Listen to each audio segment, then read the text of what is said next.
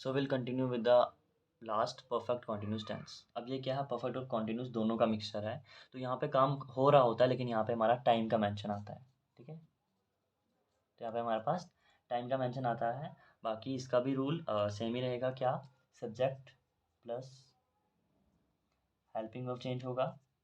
Helping verb, ये हो गया हेल्पिंग वर्ब। ठीक है, हेल्पिंग वर्ब कौन सा लगेगा यहाँ पे हमारा, वो हमारा परफेक्ट। यहाँ से हमारा परफेक्ट दिखेगा कि हेल्पिंग वर्ब जो हमारा परफेक्ट लगेगा। कॉन्टिन्यूस में हमारा वर्ब की फर्स्ट फॉर्म के साथ आईएनजी आ जाएगा प्लस ऑब्जेक्ट प्लस टाइम।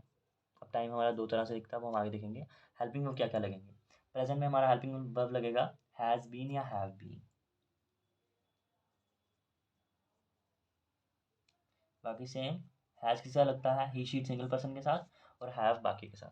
यहाँ पे हमारा लगेगा सिंपल हैड बीन, और यहाँ पे थोड़ा सा बड़ा हो जाएगा क्या, विल हैव बीन और शैल हैव बीन। और शैल का पता ही है, शैल कहाँ पे लगता है हमारा, आई और वी के साथ। ठीक है, अब ये हो गया हमारे हेल्पिंग वर्ब्स। ठीक है, अब वर्ब की फर्स्ट फॉर्म के साथ आईएनजी लगा, ऑब्जेक्ट प्लस ए। बस याद रखना हैज़ बीन किसके साथ लग रहा है,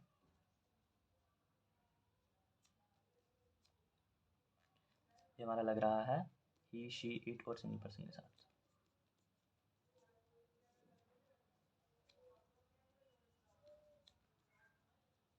और टाइम, टाइम हमारा दो तरह से लगेगा।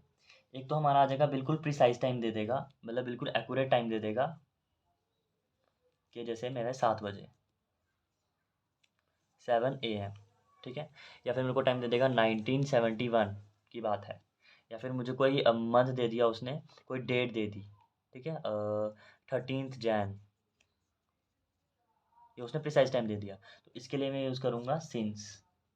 क्या यूज़ करूँगा, सिंस, जब मुझे बिल्कुल एकदम एक्यूरेट प्रिसाइज टाइम दे देगा। अब उसने मुझे टाइम दिया कुछ मतलब एस्टिमेट करके कि इतना, मुझे इतना खास पता नहीं है, तो उसके लिए मैं यूज़ करता हूँ फॉर। फॉर का भी यूज़ करता हूँ, जैसे उसने मुझे दिए 7 बजे की बात कर रहा है, तो वो बोल रहा है 10 मिनट, 10 साल, 12 महीने। ठीक है, कुछ इस तरीके से कि इतने इतने मंथ हो गए, इतने साल हो गए, इतने, तो उसके लिए हम फॉर यूज़ करते हैं। सिंस का भी यूज़ करते हैं जब बिल्कुल एकदम करेक्ट टाइम दे दे कि इस इतने टाइम पे ये हुआ, इतने टाइम में उसका जन्म हुआ, वगैरह वगैरह। ठीक है, तो ये हमारे हो गए रूल्स। रूल याद रखना, सबसे बड़ा गोल्डन रूल क्या है, ये subject plus helping verb plus verb की first form plus ING plus time. Time आता है इसलिए ये परफेक्ट कॉन्टिन्यूस है। और ये हमारा हैज़ हैव कहाँ यूज़ होता है, टाइम का याद रखना, टाइम के लिए सिंस का भी यूज़ हो रहा है और फॉर का भी यूज़ हो रहा है। अब एक एग्जांपल ले लेते हैं। तो मैंने एग्जांपल ली है, मैं होटल में काम कर रहा हूँ। ठीक है, फॉर 12 ईयर्स।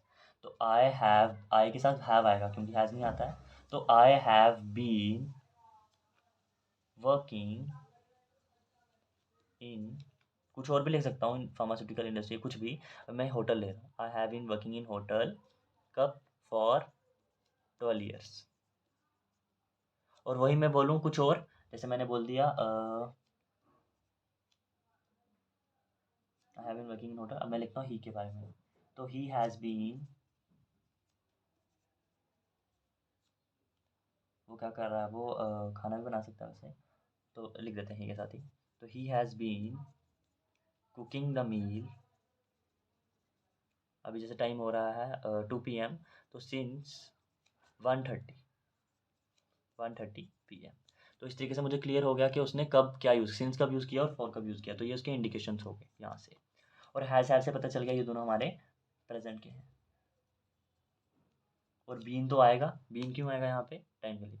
और यहाँ पे हमारा जो बीन है वो भी लिख देता हूँ मैं, बीन आता है। तो टाइम आता है और बीन आता है। ठीक है, तो ये होगा हमारा प्रेजेंट के बारे में। ठीक है, इसके इंडिकेशंस हो गए कि वो काम कर रहा है इतनी देर से, वो इतनी देर से वो खाना बना रहा है। ठीक है, अब सेम टेंस फ्रेम कर रहा हूँ बस। अब मैं बोलूँगा कि मैं काम कर रहा था। ठीक है, इतनी 12 सालों से मैं काम कर रहा था। तो क्योंकि मुझे रिज़ाइन करना है तो आई हैड बीन वर्किंग, तो मैं ये कंडीशन दे रहा हूँ कि मैं इतनी देर से यहाँ पे काम कर रहा हूँ, काम कर रहा था। तो पहले में था मैं काम कर रहा हूँ। ठीक है, अब यहाँ पे he had been cooking the meal, तो वो इतनी देर से खाना बना, पता नहीं है बट मुझे थोड़ा सा गैस है कि हाँ इतनी देर से वो खाना बना रहा है। तो he had been cooking the meal since 1:30 PM। तो यहाँ पे था की बात आ गई, तो यहाँ पे हमारा था थी आ गया, इसलिए हमारा पास में चला जाता है। ठीक है, और इसकी इंडिकेशंस क्या है? फॉर सिंस तो पता ही है, हैड का देख लेना कहाँ पे यूज़ करना है, ठीक है, ये होगा पास्ट का। अब सिंपल दिख लेते हैं लास्ट में फ्यूचर का। तो यहाँ पे मैं हैड यूज़ किया था, तो आई के साथ क्या यूज़ होगा? शैल। तो I shall have been working in hotel for 12 years. तो मैं इतनी देर से काम कर रहा हूँगा, मतलब मेरा एस्टीमेट है, क्या पता मैं इतनी देर से काम कर रहा हूँगा। तो I shall have been working in hotel for 12 years, मतलब मुझे पता भी है, फिर भी मैं थोड़ा सा ऐसे करके दे रहा हूँ कि मैं शायद इतनी देर से काम कर रहा हूँ। दूसरे में ही, तो ही के लिए विल यूज़ होगा, तो he will have been work cooking the meal, इतनी देर से वो 1:30 PM से वो खाना बना रहा होगा, ठीक है, ये होगा हमारा फ्यूचर का। यहाँ पे गागी आया, इसलिए दिस इज फ्यूचर। इंडिकेशन क्या है? फॉर सेंस तो दिखेगा ही, शैल हैव विल हैव दिख जाएगा, ठीक है।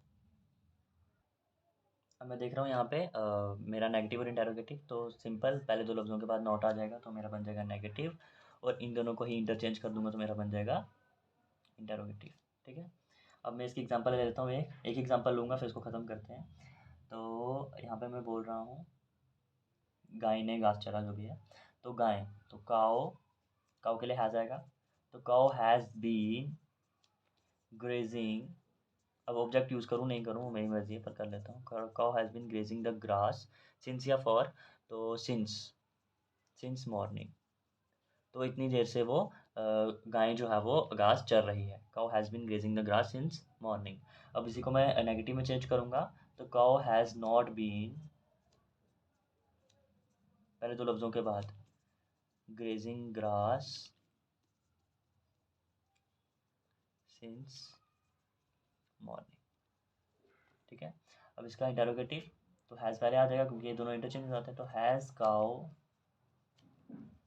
Been grazing the grass since morning।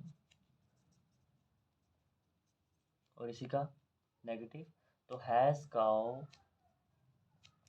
Not been grazing the grass since morning, ठीक है। हैंड राइटिंग का थोड़ा सा मैनेज कर लेना। तो ये जो है वो हमने हैज़ हैव यूज़ किया, तो यहाँ पे इंडिकेशन क्या है? नॉट, जो हमेशा दो लफ्ज़ों के बाद आता है, और काउ और हैज़ को चेंज कर दिया तो इसका इंटरोगेटिव बन जाता है, ठीक है। अब यहाँ पे जो है यूज़ किया था, इसलिए ये प्रेजेंट है, ठीक है, होगा हमारा प्रेजेंट का। जंपिंग टू द पास्ट, तो यहाँ पे हमारा जगह काउ हैड, चर रही थी, ठीक है, मॉर्निंग से वो घास चर रही थी, मॉर्निंग से वो घास नहीं चर रही थी गाय। और क्या गाय मॉर्निंग से घास चर रही थी? क्या गाय मॉर्निंग से घास नहीं चर रही थी? यहाँ पे हमारे हेल्पिंग जो हमारे इंडिकेशन है वो हमारे यूज हुआ था, थी, ठीक है, तो इसलिए ये पास्ट हो गया, ठीक है।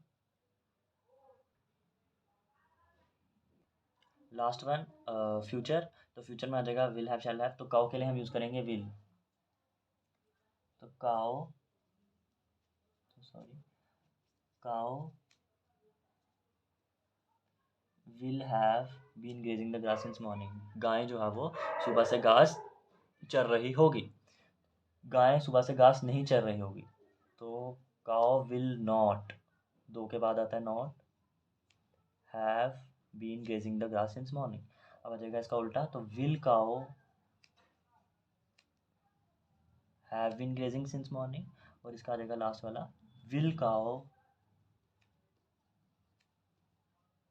Have not been grazing the grass, तो sorry, not, will cow not have been, तो ये कंफ्यूज हो जाता है, इसलिए मैंने ट्रिकी बना दी, क्या पहले दो लफ्ज़ों के बाद ही नॉट लगाना है, ठीक है। तो नॉट हमेशा पहले दो लफ्ज़ों के बाद आएगा, उसके बाद सिंस तो है वो हमारा उसके लिए है ही है, और गागी इसकी इंडिकेशन थी, इसलिए ये हमारा फ्यूचर है, ठीक है। तो इसी के साथ हमारा हुआ टेंसेस ख़त्म।